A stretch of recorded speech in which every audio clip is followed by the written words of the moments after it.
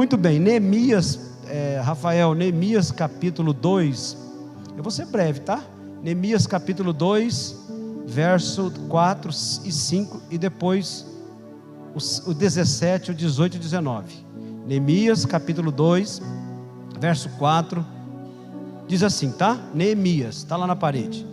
E o rei me disse: que me pedes agora? Então orei ao Deus dos céus e disse ao rei: se é do agrado do rei, e se o teu servo é aceito em tua presença, peço-te que me envies a Judá, a cidade dos sepulcros de meus pais, para que eu a edifique. Deixa eu ver o que está escrito ali. Ali há uma tradução que eu prefiro, né? Para que eu a reconstrua. Fala comigo, reconstrua. Verso 17, Rafael. Então lhes disse: bem vedes vós a miséria em que estamos, que Jerusalém está assolada e que as suas portas têm sido queimadas. Vinde, pois, e reedifiquemos, ou reconstruímos o muro de Jerusalém, e não estejamos mais em opróbrio. Então, verso 18, lhes declarei como a mão do meu Deus me fora favorável, como também as palavras do rei, que ele me tinha dito. Então disseram: levantemo-nos e reconstruemos, e esforçaram as suas mãos para o bem. Amém, irmãos? Eu quero falar com vocês nessa noite sobre reconstrução e restauração. Fala comigo, vai. Reconstrução, restauração. Por que eu vou ministrar isso para o coração da igreja nessa noite? Porque vocês vão ouvir isso muito na televisão, vocês vão ouvir muito a palavra reconstrução no celular, você vai ouvir muito a palavra reconstrução na internet. Só que muitas pessoas vão falar apenas sobre reconstrução, voltados para aquilo que está acontecendo no Rio Grande do Sul. E como nós somos crentes, temos fé, gostamos de falar línguas estranhas, orar, jejuar, consagrar, nós não somos um povo alienado. Nós estamos no contexto da história do mundo também. E nós estamos vivendo uma situação dentro da nossa nação, no estado do Rio Grande do Sul. E a palavra que mais se fala agora, depois de baixar as águas, e não sabemos quando vai baixar, eu espero que baixe totalmente, né? Dessa semana para frente aí, estão dizendo que vai chover amanhã muito, e etc, etc. Mas ontem nós oramos aqui na nossa noite de oração, fizemos um clamor para que cesse a chuva em nome de Jesus. Amém, irmãos? Você concorda com a gente? Para que cesse a chuva em nome de Jesus. Então, irmãos, a palavra reconstrução e reconstrução você vai ouvir muito. Mas as pessoas falam assim, reconstrução, e não conseguem entender. Eu vou olhar aqui para a Bíblia e falar com vocês o que é reconstrução. Reconstrução de verdade, reconstrução da Bíblia. O livro de Neemias, né, ele vai contar a história exatamente de reconstrução. A reconstrução da cidade de Jerusalém. Eu quero que você fique comigo, irmão, porque eu não quero demorar muito, porque eu aprendi com vocês aqui, que eu tenho muita informação, muito capim, né, para a ovelha, entende? Muita comida para a ovelha.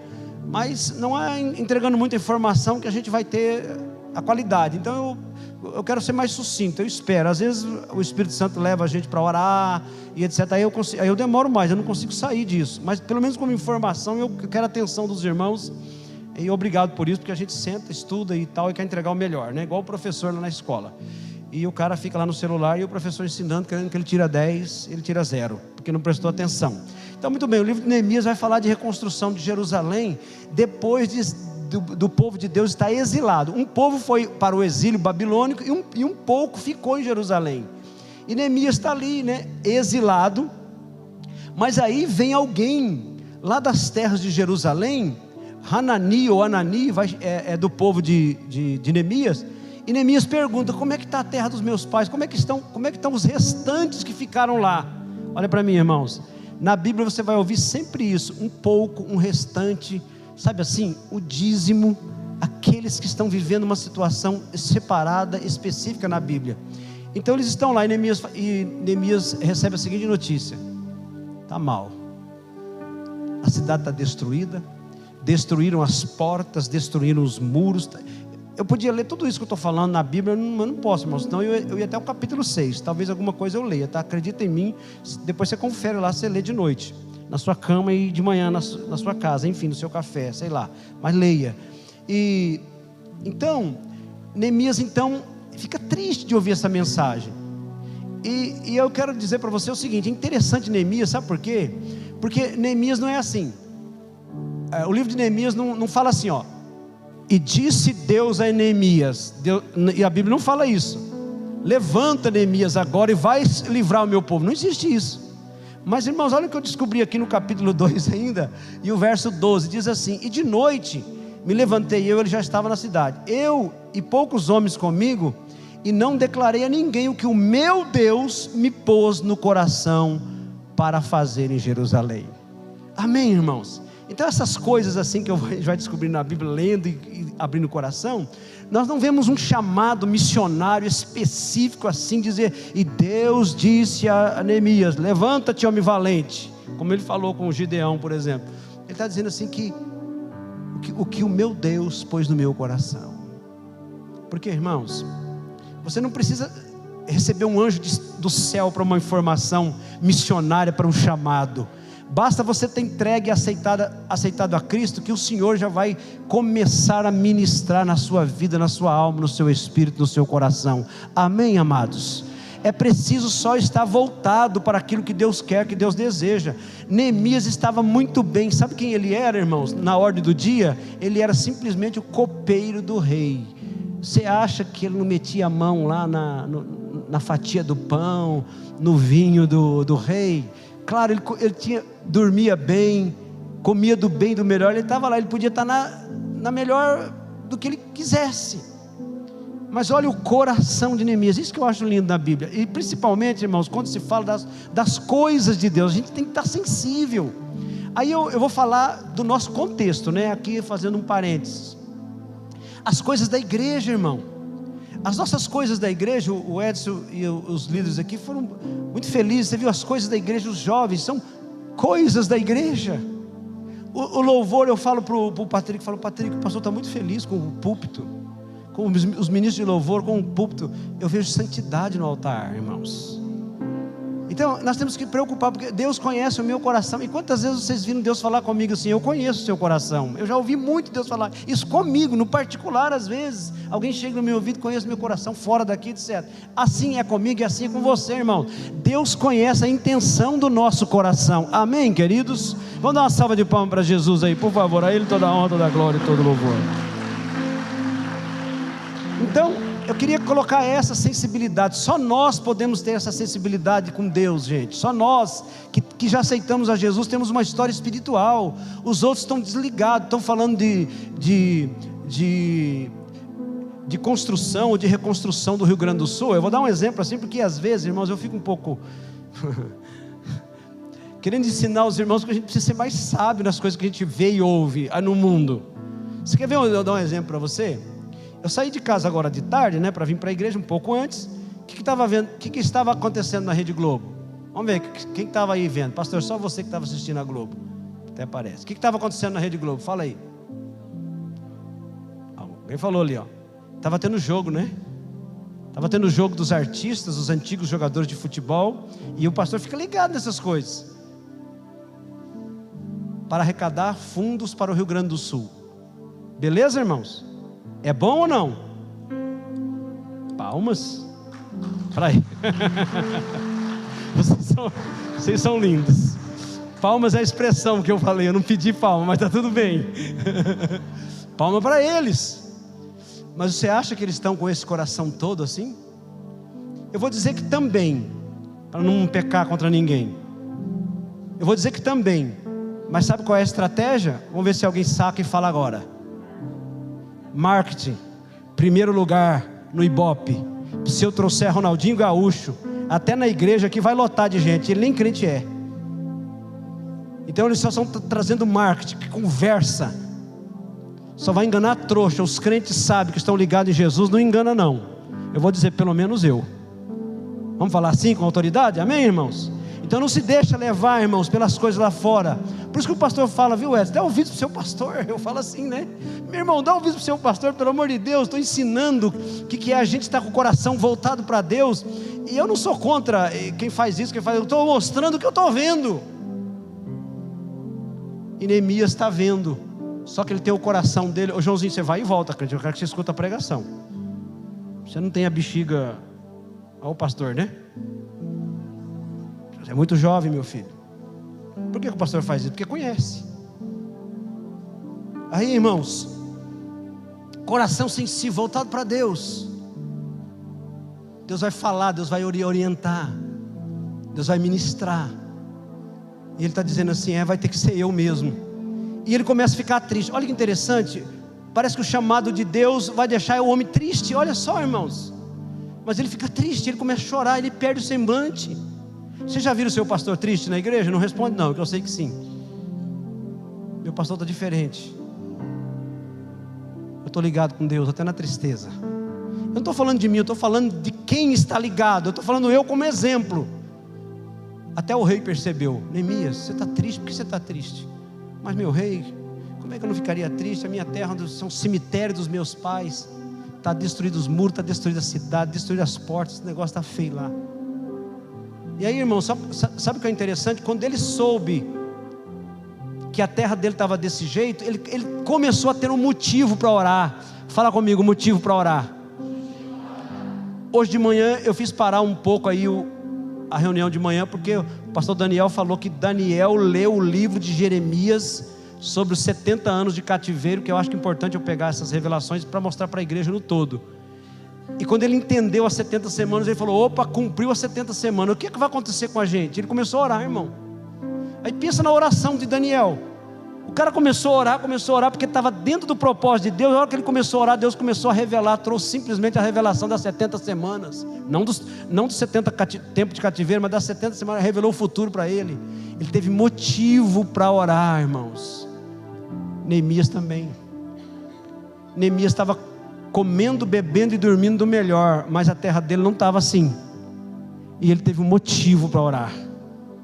Muitas vezes problemas, doenças, etc, é um motivo, porque a gente está muito na praia.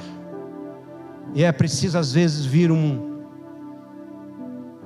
alagamento na nossa vida, para que a gente tenha motivo para orar. O pior momento da nossa vida, irmãos, é quando a gente está vencendo, porque a gente se entrega à vitória e esquece que o mal está toda hora batendo a porta, querendo nos pegar. E sem julgar ninguém, estou usando o texto de Neemias. Eu estou dizendo que ele está sensível, ele tem motivo para orar, e ele começa a orar. Ele começa a orar, ele tem motivo para orar. E aí ele tem a oportunidade. Amém, irmãos? Amém, irmãos? Vocês estão comigo? Se você começar a orar, a oportunidade vai chegar. Você entendeu isso? E a oportunidade chegou. Ele chega diante do rei, e o rei fala assim, Neemias, por que você está triste? Aí ele explica por que ele está triste. E ele fala assim, rei, o senhor me permite ir reconstruir a minha cidade? Não só o rei permitiu ele construir a cidade, deu madeira para ele, deu carta para ele, pode ir. E aí lá vai Neemias. É por isso que eu fico perguntando assim, é por isso que alguém fica perguntando assim, pastor, o que você vai fazer no Juazeiro do Norte? O que você vai fazer no Rio Grande do Sul? Se você não tiver a resposta para as suas próprias perguntas, entenda que alguém tem um motivo no coração para o quê? Para o quê? Motivo no coração. E o resultado é sempre bênção, irmãos. Na vida de quem faz, na vida de quem vai, na vida de quem está com o coração aberto para ouvir a voz de Deus. Até mesmo quando a gente não entendeu, o que importa é que esteja com o coração aberto. O Senhor não vai deixar errar. Vai ser o nome dele glorificado. E aí, irmãos, ele vai reconstruir Jerusalém. Por isso que o pastor está falando reconstrução. Não foi inundado Jerusalém, foi destruído, foi quebrado. E aí começa a reconstrução dos muros. Quando ele chega na cidade, olha que interessante esse homem. ele é apenas um copeiro, mas ele é mais do que isso, porque o coração dele está em Deus. Ele começa a colocar o povo em grupos. Fala comigo, irmãos, em grupos. Agora levanta a mão para cima e fala assim: GPS, fala aí. Aí fala para o seu irmão do lado: você entendeu, irmão?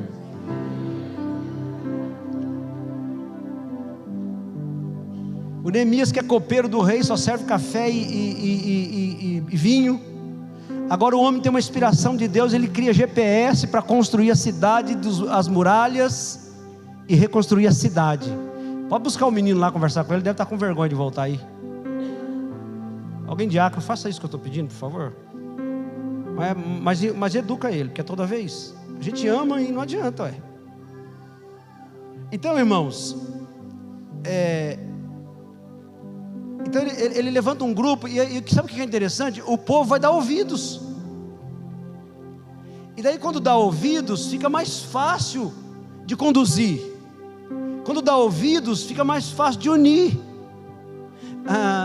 Eu vou aproveitar e colocar isso em loco aqui, como testemunho aqui para nós. No começo do culto, uma menina chegou para mim e falou assim: pastor, olha, o pastor Daniel falou comigo de uma data, de uma certa data, aqui assim, assim, assim. Eu falei assim: olha, me ouça, faça do jeito que o irmão pediu. Ela tinha uma ideia plausível, mas eu pedi assim: ó, faça do jeito que o irmão pediu, porque eu sei do que nós estamos fazendo e falando. Então, gente, aqui não tem tempo de brincar, é uma destruição e é para construção. E alguém se apresentou para construir, para edificar. Então é preciso ouvir. E aí ele vai construir. E precisa de ajuda. Porque aqui tem famílias para construir. Aqui tem vidas para levantar. Aqui tem uma história, não dá tempo para brincar. O inimigo está às portas e quer a destruição toda hora. E ele vai reconstruir isso, irmãos. E ele vai fazer isso de maneira coordenada. Como, irmãos? Coordenada. De maneira eficiente. Onde cada um vai desempenhar o seu papel, irmãos. E o papel de cada um é crucial, amados. O seu papel é crucial, irmão. Você não está no lugar que você está por acaso. Foi Deus que colocou você aí. Entenda isso.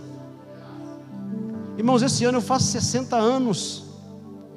Deus me colocou aqui onde eu estou agora, com esse microfone na minha mão, amados. Eu tenho consciência disso. Olha, queridos, tenha consciência também vocês disso. Deus colocou você aí, líder de GPS, amém? Deus colocou você aí, irmão, nessa casa onde você vive. Adolescente, você que está aqui hoje, abençoadinho, ó. Deus colocou você aí na casa onde você nasceu, e Deus colocou você aqui na igreja onde você está, amém, amados? Porque tem uma construção para fazer, tem uma história para desenvolver, tem uma reconstrução nesse caso, e ele vai desempenhar um papel crucial, que é o papel da reconstrução. Tá bom? Você vai ouvir aí de novo, né? Nas mídias, reconstrução. Aí quando você ouvir lá na mídia, você vai lembrar da pregação do seu pastor de Neemias. O que é reconstruir uma cidade? Ele vai reconstruir. Mas para reconstruir, irmãos, tem desafios, não tem? Irmãos, quando nós fomos lá, olha, por isso que eu gosto de vivenciar as coisas, para poder pregar com propriedade. Nós fomos lá no Rio Grande do Sul, irmãos, vocês não têm noção o sentimento que dá naquela gente, que a gente percebe como é que reconstrói. Como é que reconstrói? Água, água, água. Eu entrei numa casa onde tinha 3 senhoras que as águas baixaram. Assoalho, tábua comprida assim, todas. E o cheiro horrível. Os móveis até não estavam molhados. Uma senhorinha bem de idade, curvadinha assim. Que sentimento é aquele para reconstruir aquela casa? Vai ter que destruir, vai ter que quebrar todo aquele piso, aquele chão, gente. Então a palavra reconstrução é muito forte, amados, porque tem desafio. E como sempre, gente, um desafio principalmente de reconstrução, o inimigo vai se levantar. Tem sempre um inimigo para se levantar. E olha que interessante, eles têm nome. Você já conhece. Aqui no texto tem 3: Sambalate, Tobias e Gesem. Cada um de uma tribo. Mas só que eles estão desdenhando. Eles estão falando assim: será que esses judeus vão levantar isso? Depois chega um tempo que eles falam assim: puxa, que muro, hein? Estava quase na metade. Ah, mas até uma raposinha vai derrubar esse muro. Mas olha para mim, só que eles se esqueceram de que Deus tinha um propósito na reconstrução de Jerusalém. E quando o povo está trabalhando, irmãos, afincamente unido para fazer a obra, ninguém segura o povo de Deus. Amém, amados? Porque vai tudo na mesma direção, fazendo a mesma obra. E eles estavam assim. Aí Gésio e Tambalate, Tobias vai zombando uma vez, duas vezes. Aí depois, quando excesso de ficar zombando, começa a ameaçar. Vai levantar um exército. Vai levantar um exército. E Neemias responde a essa conspiração, a essas ameaças, a essa intimidação militar. Neemias responde, irmãos, com uma combinação que eu quero dizer para você aqui, com uma combinação de oração, vigilância e ação decisiva. Fala comigo: oração, vigilância, diga ação.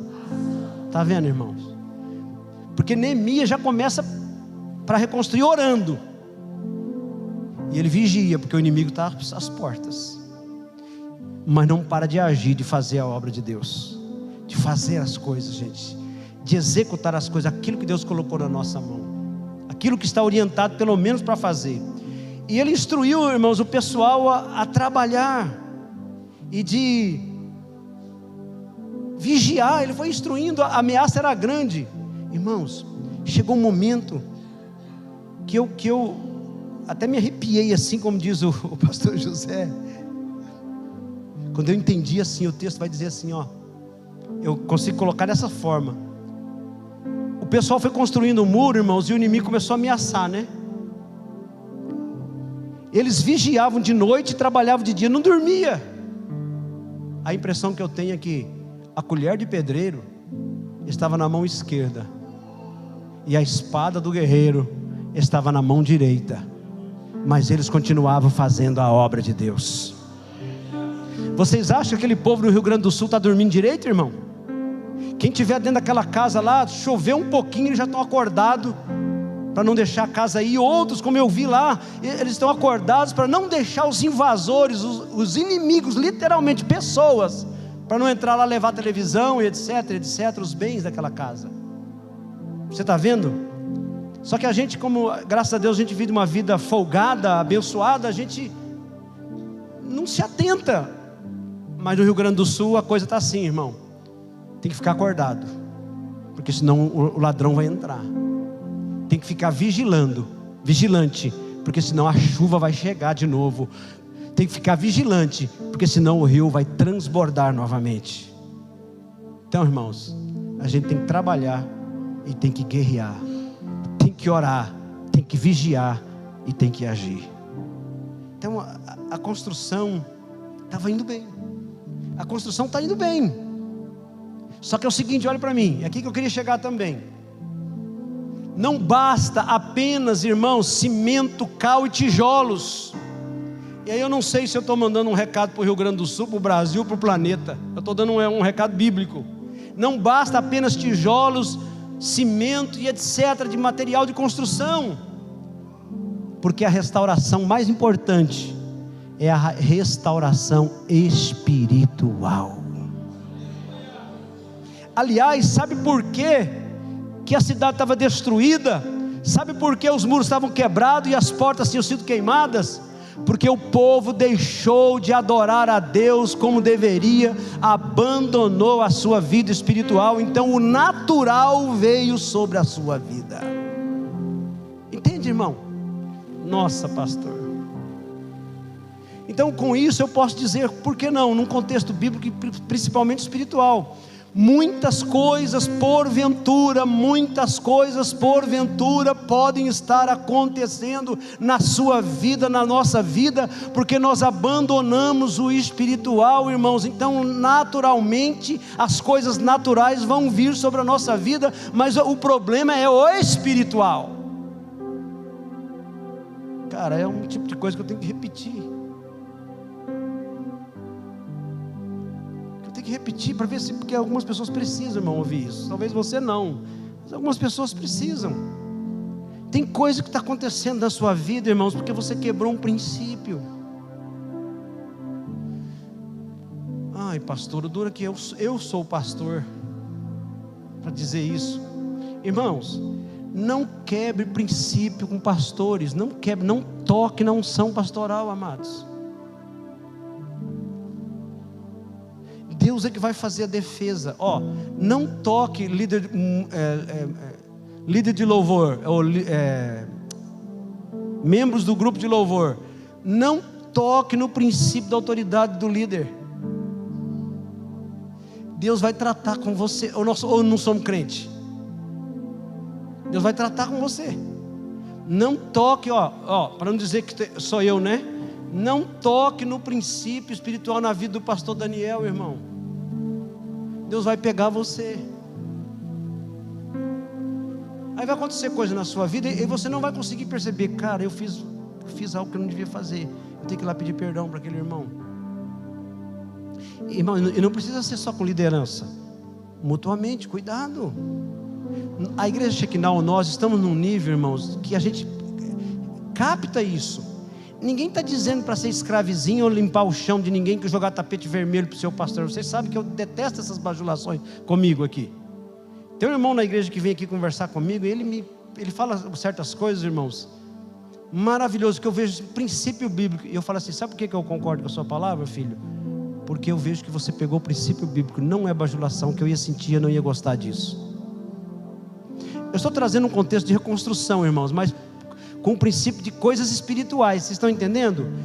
Dessa maneira, para não ficar só aqui, filhos, adolescentes, com os seus pais.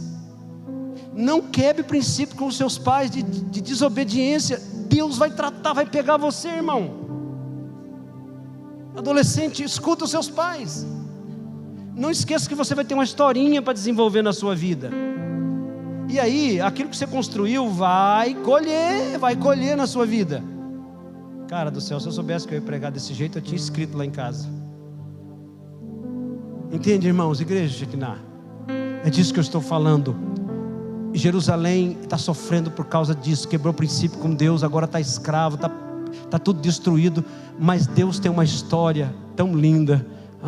Eu li aqui, eu não sei aonde está agora, mas eu vou achar. Oh meu Deus. Que Neemias vai orar, irmãos. Eu vou achar sim. Rafael, coloca para mim Deuteronômio 30 de 1 a 5. Deuteronômio 30 de 1 a 5. Fica comigo aí. Escuta isso. Neemias, depois você acha o texto aí, o texto de Neemias, tá? Que para mim não ficar aqui. De Neemias, porque ele vai citar esse texto. Deixa eu ver aqui. 1:9. Neemias 1:9, Rafa, perdão. Neemias 1:9. Ei, Rafael, tu é uma benção. Trocou o menino porque você conhece o pastor. Eu preciso de rapidez, né? Pedrão, você é uma benção. Você vai em frente, filho. Neemias 1:9. Lê comigo, irmãos. E vós vos convertereis a mim, e guardareis os meus mandamentos, e os fareis. Então, ainda que os vossos rejeitados estejam no cabo do céu. Para aí, irmão. A hora que eu olhei essa expressão, eu achei maravilhosa a Bíblia. Neemias está dizendo assim: Deus, lembra que o Senhor prometeu a Moisés, que é Deuteronômio, não precisa abrir agora não, que eu li, achei o texto, que é Deuteronômio 30 de 1 a 5, está falando isso aqui, ó. Então Neemias está orando a Bíblia, que o povo pisou na bola com Deus, aí quebrou o princípio, aí Deus vai entregar a eles a maldição. Irmãos, fala comigo, a maldição, fala. Porque quem não é crente fala: Deus não faz. Deus faz sim. Deus mata, Deus ressuscita, e Deus castiga, sim senhor. Deus coloca no cativeiro. Cativeiro é castigo, Mas assim, ó, então ainda que os vossos rejeitados, escutou? Estejam no cabo do céu. Cabo do céu. Sabe o que ele está dizendo, irmão? Está dizendo assim: Deus, ainda que o Senhor pegou o povo e colocou eles lá na ponta do céu, lá longe, é o que está dizendo Deuteronômio também.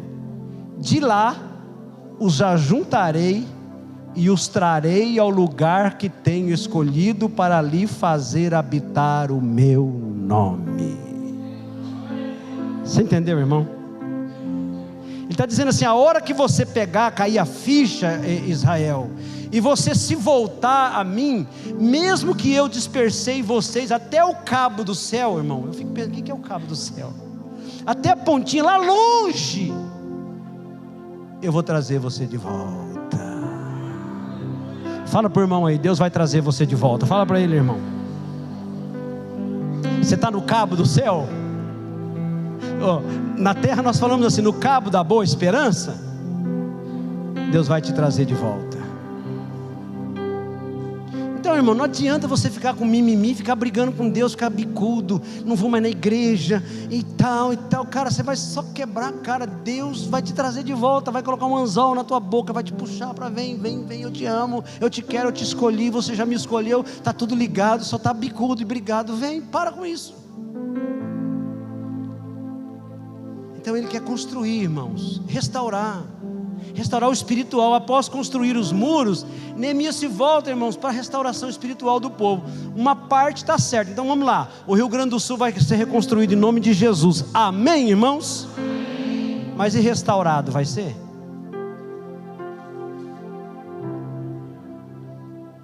Restaurado é que é o problema. Reconstruir é uma coisa. Agora eu passo para a segunda parte da pregação. Restauração é outra coisa. Vai ficar tudo bonito, abaixa as águas, pinta as paredes. Irmão, até um túmulo é bonito, de mármore. Quando não tem mármore é tinta branca ou qualquer cor que seja, é bonito, está reconstruído e restaurado. Lembra de Elias? O que Elias faz, irmãos? Quando ele chega lá para orar, para quem é o Deus verdadeiro, tem um altar que está todo destruído. Fala comigo, destruído. E nem foi enchente, irmão. Mas por que estava destruído? Porque a vida espiritual estava defasada, irmãos. Aí o que Elias faz? Pedra por pedra, reconstrói o altar. Mas aí o altar só está um monte de pedra. Mas aí Elias vai dizer assim: agora o altar está reconstruído. O Deus verdadeiro que responder com fogo, esse é Deus. Quando Deus responde com fogo, irmãos, o que o povo fala? Quem que falou isso aí? Vamos com ele, irmão, no coro? Levanta a mão para cima e fala 3 vezes: só o Senhor é Deus. Só o Senhor é Deus. Só o Senhor é Deus. Bate palma para Jesus aí. Você entendeu? Irmão, quando o seu pastor pregar esse tipo de mensagem, que é um ensino, você agarra toda a frase, porque eu sei que eu estou muito inspirado para falar.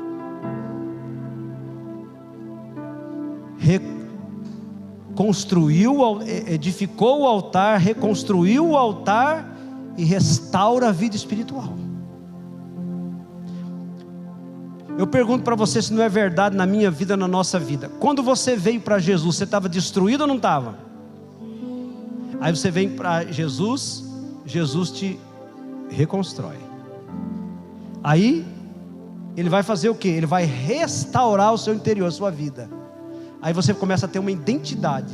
Você está restaurado e edificado, irmão. Você está reconstruído para Deus. Só que tem uma história, tem uma caminhada, gente. E a gente tem que continuar. Reconstruído e restaurado. Reconstruído e restaurado. Aí perde, né? A restauração, automaticamente vem a destruição. É isso que é o problema nosso. Então tá aí. Estou dizendo dentro do texto de Neemias. E aí o que acontece? Ele começa a restaurar a vida espiritual do povo. Mas pastor, como é que ele reconstrui? Para reconstruir é fácil, irmão. É tijolo, cimento e tinta e cal, né? Mas para restaurar, pergunta para mim, para restaurar, pastor? Pronto, ele chamou mais alguém para ajudar. Ele chama um escriba chamado Esdras. Sabe o que o Esdras faz, irmão? Ele pega a Bíblia daqueles dias, obviamente, que são os livros, E ele começa a fazer o quê? Está aí na Bíblia, nos textos. Ele começa a ler as leis de Moisés. Aí ele lê isso aí, ó. As leis de Moisés, que lá de Deuteronômio 30, de 1 a 5. Mesmo que o povo estiver disperso lá pela ponta do céu, lá, o cabo do céu, vou te trazer de volta. Aí o povo começa a ser edificado. O povo começa a ser reedificado. O povo começa a ser restaurado. A lei de Moisés é lida e é lida publicamente. E faz o quê? Quando faz isso, acontece que há um renascimento de fé. E quando eu estou terminando, o renascimento de fé, olha para mim, irmão, quando renasce a fé, o compromisso com Deus fica fortalecido. O pessoal ali se fortaleceu com Deus ou não? Agora vamos servir a Deus.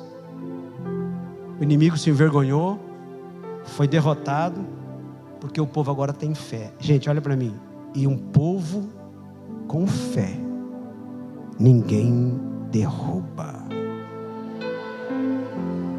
porque tem um compromisso com Deus. Fala comigo, compromisso com Deus. De novo, compromisso com Deus. Para gravar isso, fala para o irmão, compromisso com Deus, irmão. Irmão, compromisso com Deus não é do jeito que a gente acha que a gente quer. Compromisso com Deus já está determinado por Deus, não é do nosso jeito. Quer ver uma ideia para terminar? É assim, ó. É para adorar lá no tabernáculo no deserto. Não é para fazer do jeito que vocês querem, porque Deus já estipulou o jeito, mas a gente quer fazer do nosso jeito. A gente quer fazer do nosso jeito. A gente vai na igreja quando quer, do jeito que quer, a maneira que quer, quando está chovendo, quando não está chovendo, quando está frio, quando está gostoso. Não é, irmão? Porque o jeito já foi dito, é do jeito de Deus, não é do nosso. Você já imaginou que se aquela gente fosse falar para Neemias: não, Neemias, nós vamos fazer do nosso jeito. Eu vou colocar meu muro aqui, você vai colocar o seu ali. Já está estipulado, irmão. Tanto é verdade que se você for em Israel hoje, você vai ver as portas lá. Se fosse do jeito do povo, é do jeito de Deus. Do jeito de Deus. E aí, sabe qual é a prova de que o povo realmente foi restaurado? E o compromisso com Deus foi restabelecido? É que o povo começou a celebrar festas de Deus novamente. Eles começaram a celebrar, irmãos, a festa do tabernáculo. E a festa do tabernáculo é uma festa que renova a aliança com Deus. Festa do tabernáculo, debaixo da proteção de Deus. E aqui eu termino. Então a reconstrução de um povo não se limita às estruturas, irmãos. A reconstrução não se limita às estruturas. Rio Grande do Sul. A reconstrução de uma nação não se limita às questões políticas, irmãos. A reconstrução de uma nação, de um povo, não se limita às coisas físicas, a tijolos, como eu já disse, mas ela também, irmãos, inclui renovação moral, irmão, espiritual. Sim, por isso que a igreja faz diferença na terra. A igreja precisa ter uma vida moral, e eu vou acrescentar uma vida moral e uma vida ética. A ética na filosofia diz assim, que é o jeito de viver. O mundo tem o seu jeito de viver, o mundo. A igreja tem o jeito da igreja viver, amém, irmãos? Por isso que nós não podemos viver o jeito do mundo, porque o jeito do mundo vai trazer destruição, irmãos. E do jeito de Deus vai trazer reconstrução, alinhamento, compromisso e propósito com Deus. Renovação moral, renovação espiritual. Por último, isso tudo termina assim: a restauração do governo de Deus. Fica de pé comigo. Fica de pé comigo.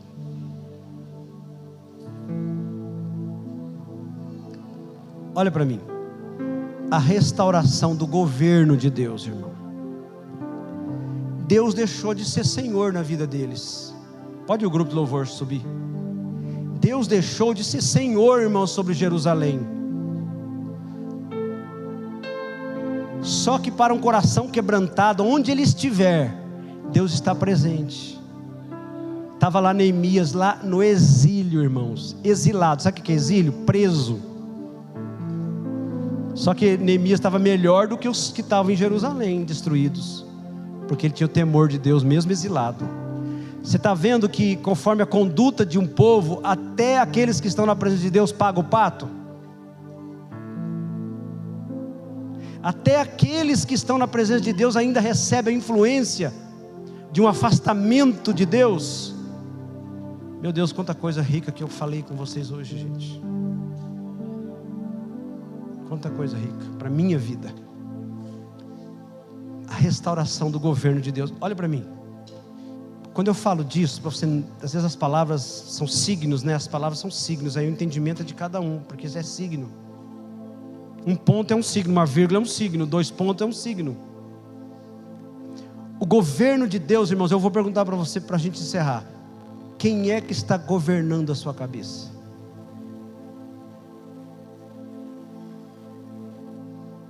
Está governando a sua cabeça, sabe? Jogando. É o celular, é a televisão, são os seus próprios sentimentos. Quem é que está governando a sua cabeça, irmão? Aí fica difícil para uma igreja ou um pastor orientar você para seguir, não o governo de uma igreja, de uma placa de igreja, que é bobagem. Eu estou dizendo o governo de Deus sobre a nossa cabeça. Irmãos, vocês são inteligentes o suficiente para saber que eu estou pregando a Bíblia do jeito que ela é, nessa noite em especial. E para saber que o governo de Deus sobre a nossa vida vai mudar a nossa história. O governo de Deus mudou a história da nação de Israel até hoje, irmãos. Ninguém consegue destruir Israel. Estão tentando, sequestrando judeus, mas não conseguem. A ONU está contra Israel, mas ninguém consegue parar o povo de Deus. Governo de